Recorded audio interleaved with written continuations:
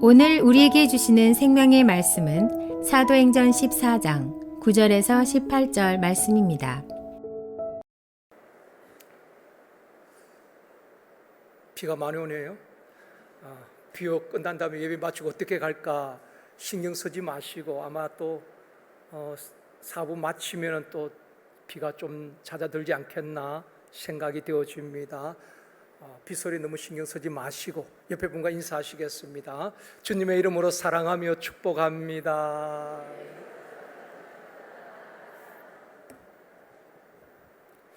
다시 한번요, 이 시간 은혜 받읍시다.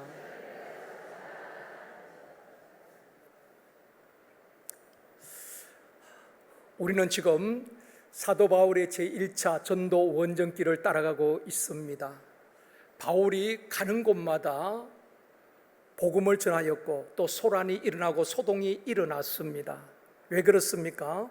복음이 선포되어질 때 많은 사람들이 예수를 믿게 되어지고, 그러자 유대인들이 시기하여서 바울과 그 일행을 핍박하고 또 돌로 치려고 하고 소동이 일어난 것입니다. 예수님께서 탄생하셨을 때에도 온 예루살렘에 소동이 일어난지라 그렇게 말씀을 하고 있습니다. 지금 또 믿지 않는 가정에서 또 대대로 제사를 지내는 가정에서 한 사람이 예수를 믿게 되어지면은 그 집안이 발칵 뒤집혀지기도 합니다. 소동이 일어나기도 하지요. 제가 중고등부 교사로 섬길 때에 잊을 수 없는 한 여학생이 있었습니다. 주일마다 늘 울어요. 그래서 무슨 일이 있었니? 왜 울어? 물어보면은 아버지가 성경책을 다 찢어버리고 불에 던져버렸어요. 그러면서 울기도 하고, 때로는 교회 간다고 아버님께서 때려서 맞아서 운다고 흐느낄 때도 있었습니다. 눈에는 눈물이 맺혀 있었고, 그러면서도 믿음을 지켰던 그 여학생을 참 오래동으로 기억이 되어집니다. 바울이 복음을 전할 때 두 부류로 나누어집니다. 하나님을 받아들이고 믿는 사람이 있었고, 복음을 거부하고 하나님을 대적하는 부류가 있었습니다. 사도행전 14장 4절에서 말씀합니다. 같이 읽습니다. 그 시내의 무리가 나뉘어 유대인을 따르는 자도 있고 두 사도를 따르는 자도 있는지라. 복음을 받아들인 사람도 있었지만은 또 복음을 받아들이지 아니하고 오히려 악한 감정을 가지고 이방인들을 선동하여서 바울과 바나바를 돌로 치려 하던 사람들도 있었다는 것입니다. 지금 또 그런 일들이 있지요. 그리스도인들과 기독교를 박해하기도 하고 심지어 기독교를 폄하하는 안티들도 참 많이 있습니다. 그럼에도 불구하고 교회는 세상을 향하여서 복음을 선포하고 전해야 하는 것입니다. 오늘은 사도행전 강의 21번째 시간으로 복음을 전해야 하는 이유라는 제목으로 말씀을 드리려고 합니다. 우리가 왜 복음을 전해야 합니까? 왜 우리가 전도해야 되는가? 오늘 말씀 속에서 여러분 답을 찾을 수 있기를 원합니다.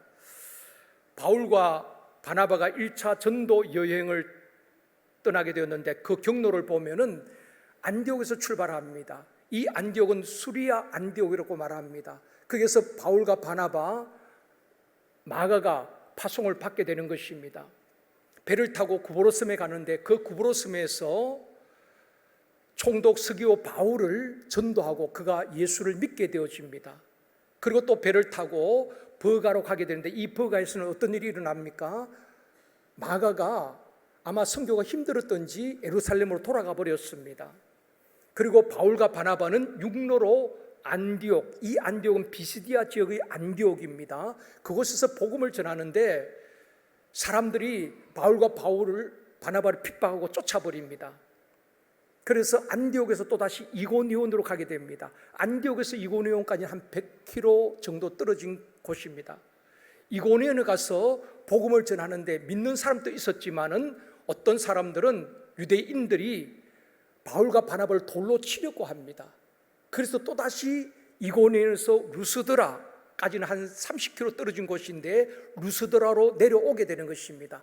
오늘 우리가 본 본문 말씀은 이 루스드라에서 일어난 사건에 대해서 말씀해 주고 있는 것입니다. 첫 번째로 바울 속에 담긴 복음입니다. 바울이 복음을 전하지 아니하고 예수를 믿어도 조용하게 믿고 교회 조용하게 다니면은 그렇게 되잖아요. 핍박받을 이유가 없습니다. 그런데 왜 그렇게 돌에 맞을 위기를 처하고 핍박을 받으면서도 복음을 전했을까요? 그것은 바울 속에 담겨진 복음 때문에 그런 것입니다. 내가 이 복음을 전하지 않고는 견딜 수 없는 바울 속에서 끓어오르는 그 열정 때문에 바울은 가만히 있을 수가 없었습니다. 그래서 가는 곳마다 복음을 전하게 되는 것입니다. 고린도전서 2장 2절에서 말씀합니다. 같이 읽습니다. 내가 너희 중에서 예수 그리스도와 그가 십자가에 못 박힌 것 외에는 아무것도 알지 아니하기로 작정하였습니다. 바울이 예수님을 만난 이후에 그는 고백합니다. 예수 그리스도와 그가 십자가에 못 박힌 것 외에는 내가 아무것도 전하지 않겠다. 오직 그것만 전하겠다고 작정했다는 것입니다. 여러분, 바울은 굉장히 똑똑한 사람입니다. 그 시대에 가말리아의 문화생입니다. 그리고 많은 지식을 가진 사람입니다. 공부도 많이 했지요. 그런데 그가 예수님을 만난 이후에 모든 것을 배설물같이 여겼다.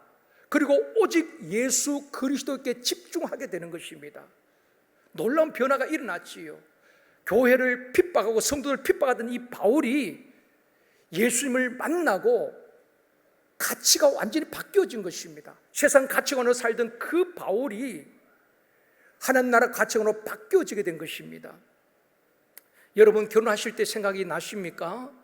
지금 말고 여러분 결혼할 때에 오직 한 남자, 한 여자만 생각했을 것입니다. 그게 올인했을 것입니다. 이분과 함께라면은 지하 단칸방에 살아도 행복할 것 같고, 가난해도 이 남자와 이 여자와 살면은 살아낼 수 있을 것 같다는 그런 생각들이 있었지 않습니까?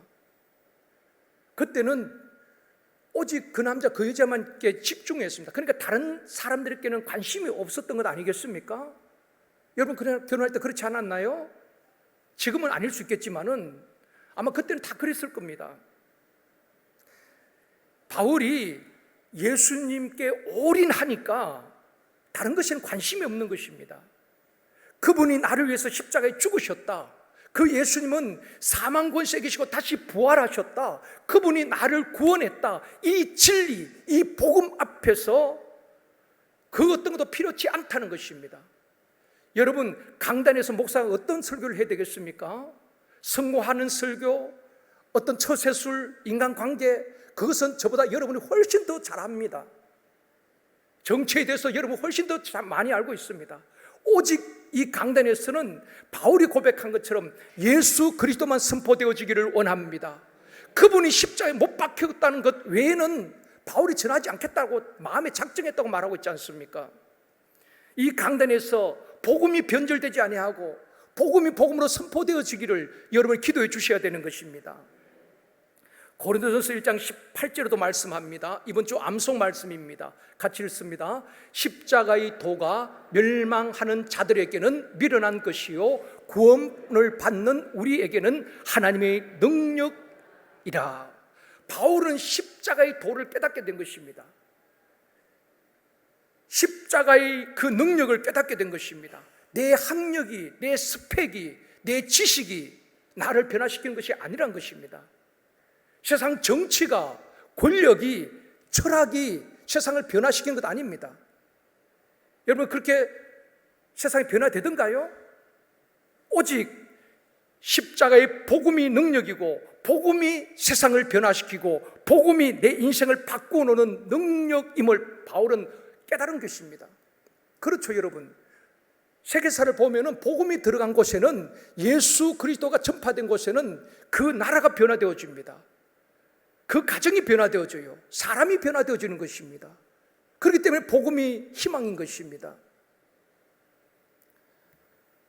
저는 제자 훈련하고 또 양육하면서 성도들이 변화되는 것을 볼 때에 하나님 주신 보상이라고 생각합니다. 말할 수 없는 기쁨을 얻어요. 세상 가치관으로 살아가던 분이 말씀을 깨닫고 복음을 깨닫고 하나님 나라 가치관으로 변화된 모습을 보면은 먹지 않아도 배부른 것 같아요. 잠을 자도 피곤한 줄 모릅니다. 아마 바울은 더 했겠지요. 복음을 전하니까 사람들이 변화되어지는 것입니다. 그 지역이 변화되어지는 것입니다. 그 도시가 변화되어지는 것입니다. 그걸 보면서 바울은 생명 걸고 복음을 전하는 것입니다. 그러면서 선포하는 것입니다. 십자가의 도가 멸망받을 사람에게 미련해 보이지만은 예수님이 십자가에 못 박혀 죽으셨고 부활하셨다는 이 복음이 믿는 자에게 능력이 된다는 것입니다. 고린도후서 4장 7절도 말씀합니다. 같이 읽겠습니다. 우리가 이 보배를 질그릇에 가졌으니 이는 심히 큰 능력은 하나님께 있고 우리에게 있지 아니함을 알게 하려 함이라. 이 보배를 질그릇에 가졌다. 여러분, 이 보배가 무엇입니까? 예수 그리스도를 말하는 것입니다. 이 보배는 바로 복음을 말하는 것입니다. 복음이 질그릇에 담겼다. 바로 우리를 질그릇에 비유한 것입니다. 여러분, 질그릇은 떨어뜨리면 그냥 깨지는 겁니다. 우리 인간이 강한 것 같지만 한없이 연약한 것이 우리 인간 아니겠습니까? 질그릇같이 쉽게 깨어지기 쉬운 우리 질그릇 같은 사람에게 보배가 담겨져 있다는 것입니다. 우리 사람에게 그 심령 속에 무엇이 담겨져 있느냐가 참 중요한 것입니다. 무엇이 담겨져 있느냐에 따라서 그 사람의 삶의 방향이 결정되어지는 것입니다. 어떤 분들은 그렇게 말씀해요. 목사님, 나는 참 필요 없는 사람 같아요. 우리 제일선덕교회 난 별 볼 일 없는 사람 같아요. 나이도 많이 들었고 헌금도 제대로 하지 못하고, 그래서 스스로 자학하는 분들이 계셔요. 여러분, 그렇지 않습니다. 여러분들이 왜 귀한지 아셔요? 이사야에 보면은 하나님께서 이스라엘 백성들을 향하여서 내 눈에 너희들은 보배롭고 존귀한 자라고 이렇게 말하고 있거든요. 하나님 보실 때에 여러분은 한없이 존귀하고 보배로운 분들입니다. 왜 그런지 아셔요? 바로 여러분 속에는 보배가 담겨져 있기 때문에 그런 것입니다. 여러분, 그릇도 물이 담겨져 있으면 물그릇에 불과합니다. 그 그릇에 금을 담아 놓았다면 그것은 금그릇이 되겠지요. 꽃 같은 그릇이라도 무엇이 담겨졌느냐에 따라서 가치가 다르다는 것입니다. 우리가 귀한 것은 우리 안에는 복음이 담겨져 있는 것입니다. 저와 여러분의 안에는 예수 그리스도가 담겨져 있는 줄 믿습니다. 성령님이 계시기 때문에 여러분들이 존귀하고 보배로운 존재인 것입니다. 여러분 스스로 자학하지 마십시오. 나는 쓸모없는 사람이다. 아닙니다. 여러분 아직도 사명이 있는 것입니다. 자녀들 위해서 기도해야 될 사명이 있습니다. 허물과 죄로 죽었던 우리를 살린 것, 조상 대대로 섬기던 제사를 끊어버리고 우상을 끊어버리는 것, 바로 복음의 능력인 줄 믿습니다. 저희 장인 어른은 사업을 하셨습니다. 술을 참 좋아하셨어요. 그리고 막내지만은 그 집안 제사를 저희 장인어른이 다 드렸어요. 아마 생활이 좀 넉넉해서 그런지 모르지만은, 그래서 모든 집안 제사를 장인어른이 다 드리시더라고요.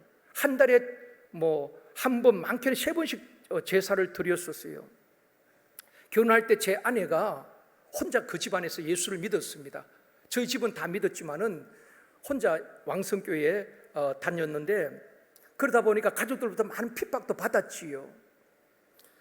그리고 결혼한 다음에 한 몇 년 지나고 나서 큰 처제가 결혼을 하게 되었습니다.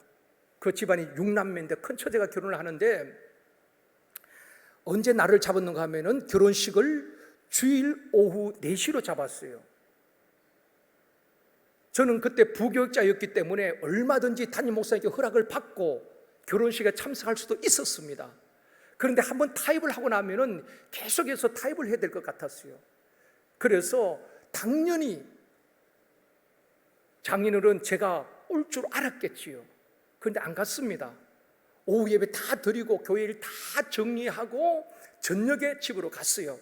그랬더니 술에 취한, 친척들도 다 모였는데 술에 취한 장인어른이 저를 보자 막 화가 나셔가지고 욕을 하시는 것입니다. 저는 처음 듣는 욕들을 그때 다 들었습니다. 전라도 분들이 욕을 얼마나 그렇게 하십니까? 이 썩을 놈아, 이 연병할 놈아. 저희 집안은 기독교 집안이기 때문에 크게 제가 어른들에게, 아버님, 어머님, 어른들에게 험한 말 들어본 적이 없었거든요. 늘 격려해 주시고 위로해 주시고, 한 번도 부모님께 제가 싫은 소리 들은 기억이 없는데 결혼하고부터 제가 거친 말들 참 많이 들었습니다. 보통 때는 참 좋으신데 술만 취하시면은 그렇게 막 욕도 하시는 거예요. 그런데 그날 이후에 그래도 여러분, 그럴 때 막 맞서서 싸우면 안 됩니다. 그럴 때 더 잘해야 되는 것입니다. 믿는 자서 본을 보이는 것입니다. 그 다음부터는 집안에 행사가 있으면 주일날 절대로 잡지 않아요. 항상 저 스케줄을 물어봅니다. 이 목사 이번 토요일날은 어때? 그래서 토요일날 행사를 앞으로 당기거나 밀추어서 토요일날 그렇게 집안 행사를 했습니다. 근데 또 사위가 목사니까 가끔 집안 식구들 다 동원해서 한 번씩 와주셨어요. 기분 좋으면 오셔가 또 헌금도 하시고 그렇게 하셨는데 하나님을 만나지를 못한 겁니다. 근데 몸이 안 좋으셔가지고 병원에 입원을 하시게 되셨어요. 그 병원에서 바울을 찾아오신 그 주님이 진짜 그 침상에 찾아오신 것입니다. 성령을 경험한 거예요. 그 다음날 자녀들 다 병원에 모이게 했습니다. 모여놓고 장인을 이런 말씀하시는 것입니다. 나 예수님을 만났다. 어젯밤에 주님 나 만났다. 그런 고백을 하시면서 이제부터 우리 집안 제사 지내지 않는다. 우리 집안은 예수를 믿어야 된다. 그리고 자녀들에게 너희들 다 예수를 믿어야 돼. 그때까지는 우리 집 사람만 믿었거든요. 그날부터 제사 다 끊었습니다. 그 다음부터 명절 때 모이면은 예배 드리고 또 제삿날이 돌아오면 추도 예배로 꼭 제게 와서 이제 집례를 하게 했습니다. 나중에는 이제 집사 직분을 받으시고 교회를 섬기시다가 돌아가셨습니다. 지금은 아들, 딸, 며느리, 사위 다 집사로, 권사로 교회들을 잘 섬기고 있습니다. 사랑하는 성도 여러분, 주 예수를 믿어라. 그리하면 너와 내 집이 구원을 얻으리라 말씀하신 같이 한 사람 속에 복음이 담겨지니까 대대로 섬겨오던 제사를 다 끊어낸 것입니다. 한 사람 속에 담겨진 그 복음이 영적 분위기를 완전히 바꾸어 놓은 것입니다. 사랑하는 성도 여러분, 베드로 속에 담긴 복음, 바울 속에 담긴 복음이 능력이 나타나고 수많은 영혼을 살리게 된 것입니다. 우리는 어떻습니까? 우리 안에 복음이 담겨져 있고 우리가 예수님을 믿는다고 고백하고 있습니다. 내 안에 성령이 계신다고 믿고 있습니다. 그런데 왜 능력이 안 나타날까요? 아무 일도 왜 일어나지 않을까요? 바울 속에 담긴 복음은 능력으로 나타나게 된 것입니다. 그 복음을 선포할 때 수많은 사람들이 예수를 믿게 되어지게 된 것입니다. 사랑하는 성도 여러분, 우리 속에 담긴 복음이 우리 삶을 변화시킬 수 있기를 원합니다. 나 한 사람도 변화시킬 수 없는 그 복음이 어떻게 다른 사람을 변화시킬 수 있겠습니까? 내가 먼저 복음의 능력을 경험해야 되는 것입니다. 그리하여서 우리 속에 담긴 예수 그리스도로 말미암아 내 삶이 변화되어져야 되는 것입니다. 예수 때문에 참아주고, 예수 때문에 용서하고, 예수 때문에 사랑하고, 예수 때문에 좀 양보하고, 예수 때문에 품어주고, 예수 때문에 나를 힘들게 하는 그 사람까지도 감사 안을 수 있는 포용력 있는 사람, 우리의 변화된 삶을 통해서 또 다른 사람에게 영향을 줄 수 있는 것입니다. 왜 오늘날 우리 기독교가 욕을 먹습니까? 교회 다니는 사람 말은 많이 하는데 삶이 변화되지 않기 때문에 욕을 먹는 것 아니겠습니까? 사랑하는 성도 여러분, 우리 속에 담긴 복음이 우리 삶을 변화시키고 또 주변의 많은 사람을 변화시키는 능력이 되기를 주님의 이름으로 축원합니다. 두 번째로 루스드라에서 일어난 기적입니다. 이고니온에서 복음을 전할 때에 예수를 믿고 두 사도를 따르는 사람도 있었지만은 또 유대인들은 이방인들을 선동해서 돌로 치려고 합니다. 그래서 이고니온에서 루스드라로 내려오게 됩니다. 루스드라에서도 복음을 전하게 되는 것입니다. 오늘 본문은 이 루스드라에서 복음을 선포할 때 어떤 일이 일어났는가 8절에서 말씀합니다. 같이 읽습니다. 루스드라에 발을 쓰지 못하는 한 사람이 앉아 있는데 나면서 걷지 못하게 되어 걸어본 적이 없는 자라. 루스드라에 복음을 전하는데 한 사람을 만나게 됩니다. 그 사람은 하반신이 마비된, 태어나면서부터 한 번도 일어나 걸어본 적이 없는 그 사람을 만나게 됩니다. 사도행전 3장에도 보면 이런 사람이 나오지요. 베드로 요한이 기도하러 성전에 올라가는데 나면서 걷지 못하는 안전병이를 만나게 됩니다. 그때 베드로가 외치지요. 은과 금은 내게 없거니와 내게 있는 것을 내게 주노니 곧 나사렛 예수 이름으로 일어나 걸으라. 예수 이름을 선포할 때에 안전병이가 일어나고 걷고 뛰게 된 것입니다. 여러분, 베드로의 능력이 아니잖아요. 예수 그리스도 이름으로 선포할 때에 베드로 속에 담겨진 복음, 예수 그리스도 이름을 선포할 때에 능력이 나타난 줄 믿습니다. 오늘 본문 9절에도 말씀합니다. 같이 읽습니다. 바울이 말하는 것을 듣거늘 바울이 주목하여 구원받을 만한 믿음이 그에게 있는 것을 보고, 바울이 복음을 전하는데 그 안전매가 듣고 있습니다. 바울이 주목해서 보니까 구원받을 만한 믿음이 그 안에 있다는 것입니다. 여러분, 우리 하나님은 저와 여러분에게 믿음 보기를 원하시는 것입니다. 예수 믿고 얼마나 부자가 되었느냐, 예수 믿고 얼마나 돈을 많이 벌었느냐, 예수 믿고 얼마나 성공했느냐, 그것이 아니라 오늘도 우리 주님은 저와 여러분 속에 믿음을 보기를 원하시는 것입니다.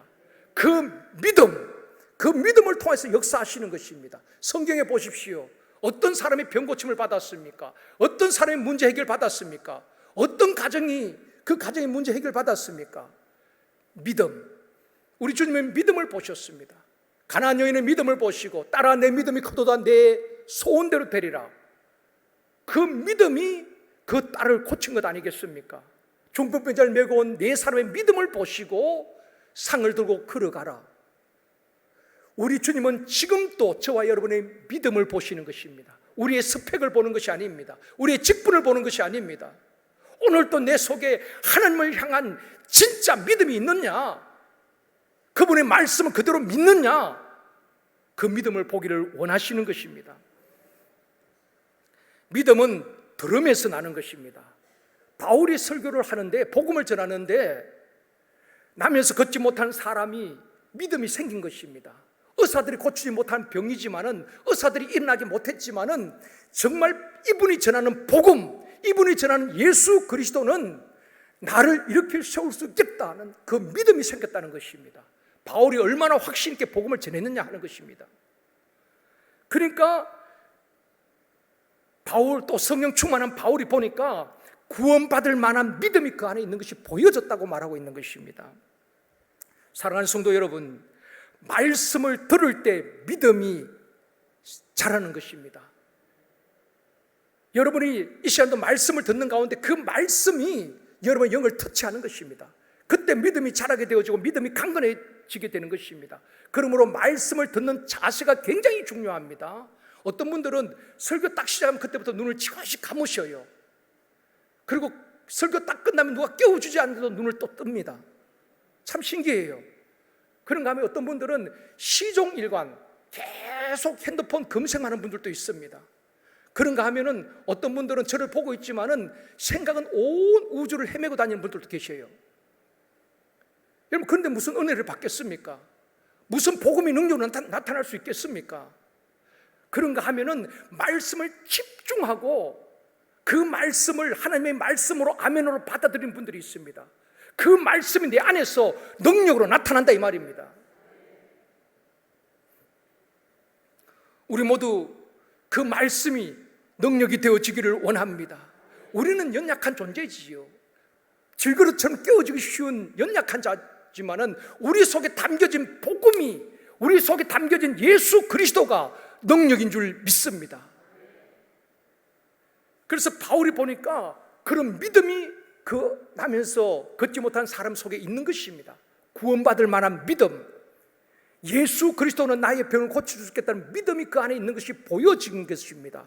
그리고 바울은 그 믿음을 보고 선포합니다. 본문 10절입니다. 같이 읽습니다. 큰 소리로 이르되 내 발로 바로 일어서라 하니 그 사람이 일어나 걷는지라. 바울이 큰 소리로 그렇게 그 안전벨을 향해서 외치는 것입니다. 내 발로 바로 일어서라. 예수 그리스도 이름으로 선포할 때에 그 사람이 벌떡 일어나서 걷게 되었다라고 말씀하고 있는 것입니다. 바울의 능력이 아니지요. 베드로의 능력도 아닙니다. 그분들이 뭐 억가대학을 나온 사람도 아니잖아요. 오직 예수 그리스도 이름의 능력인 줄 믿습니다. 복음의 능력인 줄 믿습니다. 대부분 사람들이 이렇게 잘 못합니다.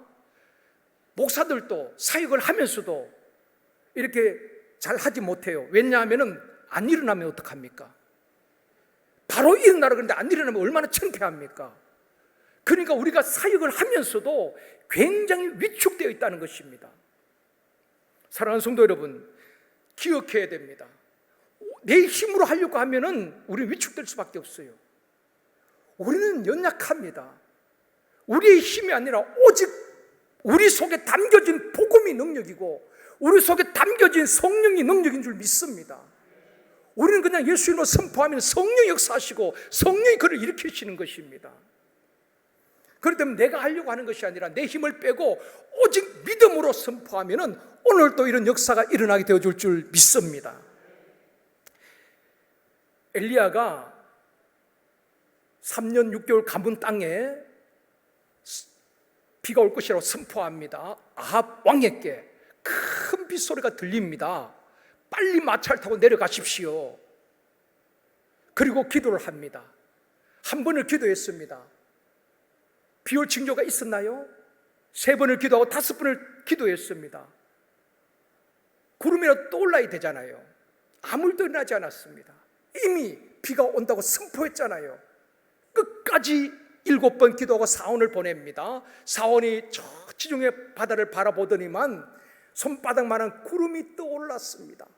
잠시 뒤에 큰 비가 내린 줄 믿습니다.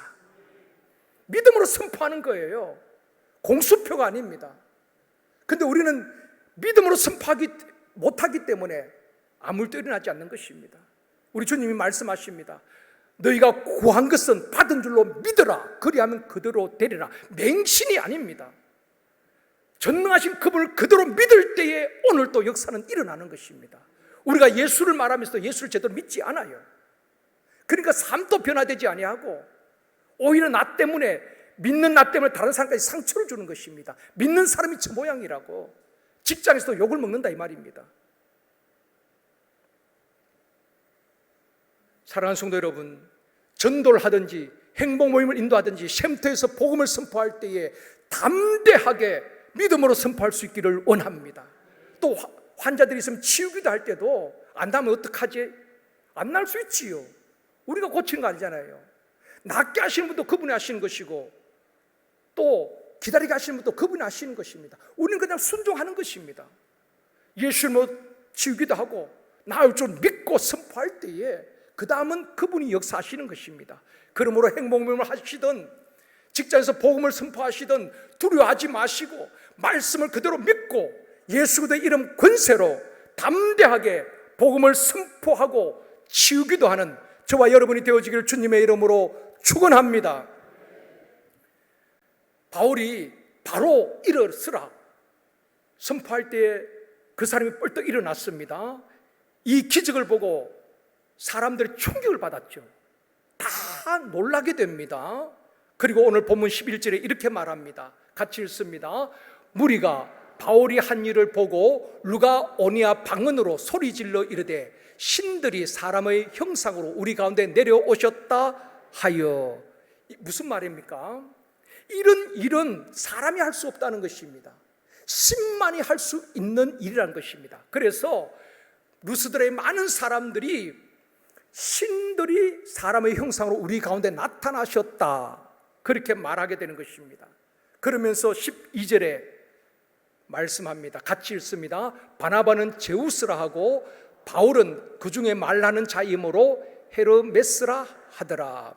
당시에 중동 지역의 제우스 신은 모든 신을 다스리는 신 중의 신으로 믿었습니다. 최고의 신, 주신이 제우스였습니다. 그리고 헤르메스는 제우스의 대변자 역할을 하는, 제우스의 신의 메시지를 받아서 백성들에게 전달하는 전령의 신으로 믿었습니다. 그러니까 점잖한 바나바는 제우스 신으로, 또 말을 하고 복음을 전하는 바울은 헤르메스 신으로 그들이 믿고 제사를 드리겠다고 말하는 것입니다. 그리고 제우스와 헤르메스가 사람의 형상을 입고 강림했다고 믿고 그 소문이 루스들의 순식간에 퍼지게 된 것입니다. 그러자 또 어떤 일이 일어납니까? 본문 13절입니다. 같이 읽습니다. 시외에 제우스 산당의 제사장이 소와 화환들을 가지고 대문 앞에 와서 무리와 함께 제사하고자 하니, 제우스 신을 섬기는 신당 제사장들이 소를 끌고 와서 바울과 바나바를 제우스 신이라고, 헤르메스 신이라고 그 앞에 제사를 드리려고 하는 것입니다. 이것이 종교인 것입니다. 일본 기독교를 대표하는 인물 중에 한 사람이 우찌무라 간조라는 분입니다. 아마 많은 분들이 알고 계실 겁니다. 이분이 예수 믿기 전에는 800만 신을 섬기는 일본에서 신심으로 800만 신들을 다 섬겼다는 것입니다. 신마다 한두 가지 금기사항이 있습니다. 어떤 신은 강을 싫어하고, 어떤 신은 산을 싫어하고, 또 어떤 신들은 콩을 먹지 말게 하고, 또 어떤 신들은 계란을 먹지 말라고 하고 금하는 것들이 있었습니다. 그러다 보니까 800만 신이니까 얼마나 금하는 것이 많았겠습니까? 어디를 가면 안 되고 무엇을 먹으면 안 되고, 그러니까 이분이 자유함이 없는 것입니다. 계속 눌려 살아가는 것입니다. 그러다가 삿포로 농과대학에 입학을 하게 됩니다. 이게 무사 집안의 자녀인데 삿포로 농과대학에 입학을 하게 되는데, 그때 교장이 누군가 하면 미국 사람 클라크라는 선교사라고도 말합니다만, 그분이 삿포로 농과대학의 교장으로 계셨습니다. 이분의 영향을 받은 분들이 참 많이 있습니다. 이분은 크리스찬인데 경남 거창에 가면은 거창 고등학교가 있습니다. 거기에 초대 교장이 전영창 교장 선생님이십니다. 그분이 이 클라크 이분의 영향을 받았습니다. 이분이 유명한 말을 했죠. 그 많은 학생들에게 보이스비 앰비시어스, 젊은이여 꿈을 가져라, 희망을 던져줬던 그런 교장 선생님이었습니다. 우리나라 전영창 교장 선생님도 그래서 나중에 거창에서, 그 거창 고등학교에서 신앙교육을 철저히 시키고 그곳에서 많은 서울대, 연고대 많은 학생들 지방 조그만 도시에서 많이 보냈습니다. 우쭈무라 간조 씨도 그 교장 선생님의 영향을 받고 예수를 믿게 된 것입니다. 그러고 난 다음에 이분이 이렇게 고백을 합니다. 가장 위대한 창조주 하나님을 섬기면 다른 신들이 정한 금기사항은 무용지물이다. 다 필요 없다는 것입니다. 무엇을 먹어서는 안 되고 어디를 가면 안 되고, 신들이 금기한 그 창조주 하나님, 신중의 신이신 하나님을 믿으면 다 그것은 무용지물이다. 그러면서 그분은 그 모든 것에서 자유함을 얻고 이 복음을 또 전하게 된 것입니다. 사랑하는 성도 여러분, 오늘날 또 사주팔자 운명에 매여 사는 사람들이 얼마나 많이 있습니까? 어른들뿐 아니라 젊은이도 타로를 보고 자신의 장래를 점쳐보는 것입니다. 이사 가는 날도, 결혼하는 날도 함부로 하지 못하고 나를 받기도 하잖아요. 길이를 택하기도 하잖아요. 여러분, 예수 믿는 사람은 그런 것에서 자유해야 하는 것입니다. 우리 주님께서 그 모든 것에서 자유하라고 말씀하셨습니다. 여러분들이 주일이 아니면은 이사 가는 날도 토요일 같은데 아무 때나 여러분이 정한 날이 그 날이 복된 날 아니겠습니까? 그런데 사주팔자 운명에 매여 살아가는 사람들이 얼마나 많은지 모릅니다. 바나바와 바울은 그런 기적을 행할 때에 그 루스드라 사람들이 신으로 생각하고 제사를 드리려고 합니다. 그때 바울이 뭐라고 외칩니까? 이런 헛된 일을 버리고 하나님께로 돌아오도록 하기 위해서 내가 복음을 전하는 것이다. 그렇게 선포를 하고 있는 것입니다. 세 번째로 복음을 전하는 이유입니다. 여러분, 우리가 전도하는 거 얼마나 부담이 됩니까? 근데 교회 오면 매번 전도하라 그러고 화요일 나와서 같이 전도하자 그러고 또 복음을 전하라고 하니까 여러분 부담이 되지요. 왜 우리가 복음을 전해야 됩니까? 교회 부흥을 위해서? 아니에요. 성경 그렇게 가르치고 있지 않습니다. 교회 빈자를 채우기 위해서, 숫자를 채우기 위해서, 그게 전도의 목적이 아니라는 것입니다. 왜 우리가 복음을 전해야 되는가? 오늘 본문에서 확실하게 우리에게 알려주고 있습니다. 루스드라에서 많은 사람들이, 특히 제우스 신을 섬기는 신당의 제사장들이 바울과 바나바를 신으로 알고 제사 지내려고 합니다. 그때 바울과 바나바가 옷을 찢으면서 큰 소리로 외칩니다. 15절입니다. 같이 읽습니다. 이르되 여러분이여 어찌하여 이런 일을 하느냐? 우리도 여러분과 같은 성정을 가진 사람이라 여러분에게 복음을 전하는 것은 이런 헛된 일을 버리고 천지와 바다와 그 가운데 만물을 지으시고 살아계신 하나님께로 돌아오게 함이라. 이것이 복음 전하는 목적입니다. 이것이 전도하는 목적인 줄 믿습니다. 여기서 우리는 여러분과 똑같은 성정을 가진 사람이다. 이 성정은 헬라어 원문에 보면은 인간의 죄성과 연약함을 말할 때에 이 단어를 쓰고 있거든요. 바울이 여러분과 같은 성정을 가진 사람이라, 이 말은 나는 신이 아니다. 나는 여러분과 똑같은 죄인이다. 나는 여러분과 똑같이 질그릇같이 깨어지기 쉬운 연약한 인간이라는 고백인 것입니다. 여러분, 우리에겐 다 죄성이 있잖아요. 목사도 마찬가지고 여러분도 마찬가지입니다. 우리가 거룩한 척한다고 거룩해지는 거 아니에요.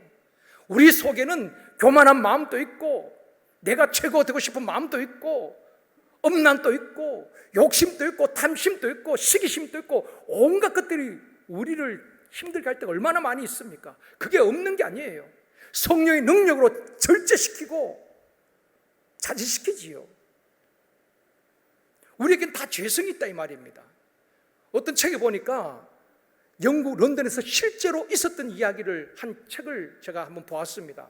어떤 이야기인가 하면은 어떤 사람이 장난 삼아서 영국 런던에 있는 그날의 저명한 인사들, 뭐 지도급 인사들이겠죠, 50명에게 편지를 보냈어요. 이분은 장난 삼아 그렇게 편지를 보낸 것입니다. 편지 내용은 간단합니다. 이런 내용입니다. 모든 것이 다 탈로 났습니다. 빨리 도망가십시오. 그런 편지를 다 보냈어요. 그런데 놀라운 것은 50명 가운데 대부분이 숨고 도망갔다는 것입니다. 무엇을 말합니까? 우리가 드러나지 않았지만은 다 죄를 짓고 살아간다 이 말입니다. 그래서 바울은 그렇게 고백하는 것입니다. 우리도 똑같이 성정을 지닌 사람이다. 똑같이 당신과 같은 죄인이다. 하나님의 은혜로 구원받았을 뿐이다. 나도 연약한 인간이다. 그러면서 생명 걸고 복음 전한 이유를 설명하고 있는 것입니다. 사람들을 높이고 경배하는 이런 헛된 일을 버리도록 내가 복음을 전하는 것이다. 헛된 신들을 섬기는 그 일들을 버리도록 내가 복음을 전하는 것이다. 지금은 돌아가셨지만 팀 켈러라는 유명한 신학자가 있지요. 그분이 쓴 책 내가 만든 신, 그처럼 우리 안에 있는 많은 신들, 하나님을 섬긴다고 하면서 내 안에 있는 만몬 신들, 높아지고 싶은 그런 교만한 신들이 얼마나 많은지 모릅니다. 그런 신들을 버리고 천지를 지으신 살아계신 하나님을 섬기고 그분께로 돌아오도록 내가 복음을 전한다. 15절에서 그렇게 밝히고 있는 것입니다. 여러분, 우리가 왜 복음을 전해야 됩니까? 왜 우리가 전도를 해야 됩니까? 왜 우리가 삶으로 본을 보여야 됩니까? 교회 자리 채우는 거 아닙니다. 지금도 하나님을 알지 못하고 세상 풍속을 쫓아서 살아가고 진노 아래에 있는 눌리고 포로된 그들에게 복음을 전하고 그들에게 자유함을 줄 수 있도록, 예수께로 돌아올 수 있도록 그것 때문에 복음을 전해야 되는 줄 믿습니다. 그것이 이유예요. 예수님께서 십자가에서 내가 다 이루었다, 이 말의 의미가 무엇이겠습니까? 무엇을 이루었다는 것입니까? 이 말씀은 더 이상 재물을 가지고 와서 제사 드릴 필요가 없다는 것입니다. 우리 주님께서 십자가에서 화목 제물이 되셔서 단번에 제사를 다 지내 주신 것입니다. 그리고 우리가 해결할 수 없는 죄 문제 십자가에서 다 해결해 주셨습니다. 그래서 바울은 말하는 것입니다. 오직 예수 그리스도, 그분이 십자가에 달려 돌아가셨다는 것, 그리고 부활하셨던 것 외에는 내가 자랑할 것도 없고 내가 전하지 않겠다, 그렇게 작정한 것입니다. 저도 늘 기도하는 가운데 그거 하나입니다. 하나님, 이 강대에서 딴소리 하지 않도록 도와주시옵소서. 오직 예수 그리스도만, 오직 복음만, 오직 십자가만 증거하는 강단이 되게 하여 주시옵소서. 그게 저희 기도 제목이에요. 여기서 벌써 성공 비결을 가르치겠습니까? 정치 돌아가는 이야기 하겠습니까? 저는 그거 잘 몰라요. 그러면 왜 우리가 예배를 드려야 하는가? 죄와 저주의 결박을 풀어주시고 우리를 자유케 해주신 하나님의 그 은혜 때문에, 그 은혜에 감사해서 우리가 하나님 앞에 오늘도 모여서 예배 드리는 것입니다.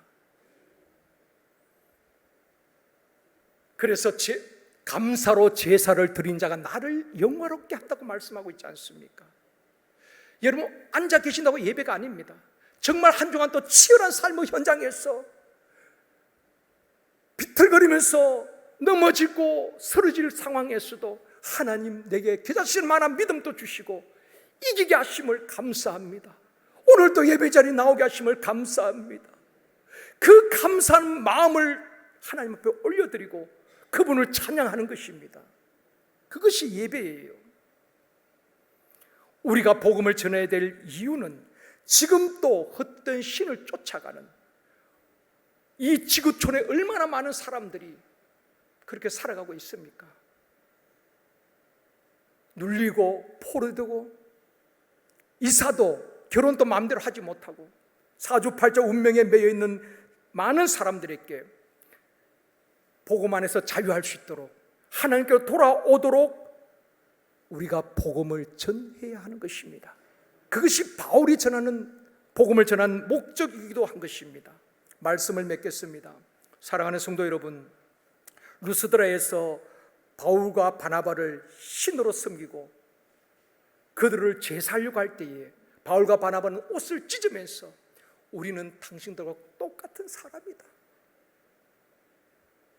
죄성을 가진 사람이고 나도 똑같이 연약하고 쓰러지기 쉬운 인간이다, 나는 신이 아니다, 오직 너희들이 헛된 이런 일들을 버리고 하나님을 하나님 되게 섬기도록 내가 복음을 전하는 것이라고 선포하고 있습니다. 사랑하는 성도 여러분, 저와 여러분이 먼저 복음을 누릴 수 있기를 원합니다. 우리 속에 갇혀진 복음이 아니라 복음이 능력으로 나타나야 되는 것입니다. 삶 속에 나타나야 되는 것입니다. 직장에서 나타나야 되는 것입니다. 예수 때문에 하고 싶은 말 좀 참고, 예수 때문에 내가 낮아지고, 예수 때문에 자존심 좀 짓밟을 필요는 어떻습니까? 예수 그리스도 이름이 높아진다면은 내 자존심도 내려놓아야 되는 것입니다. 그것이 변화된 삶이라는 것입니다. 그런 모습을 보고 세상 사람들이 감동을 받는 것입니다. 저와 여러분이 목사라고 사람들이 감동받을 것 같아요? 장로님이라고 감동받을 것 같아요? 아니요.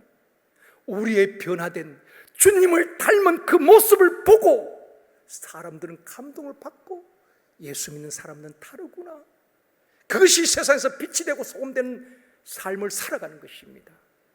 사랑하는 성도 여러분, 저와 여러분이 전하는 복음으로 인하여서 우리가 먼저 복음의 능력을 누리고 또 우리가 전하는 복음으로 많은 사람들이 하나님께로, 주께로 돌아오는 역사가 있기를 주님의 이름으로 축원합니다.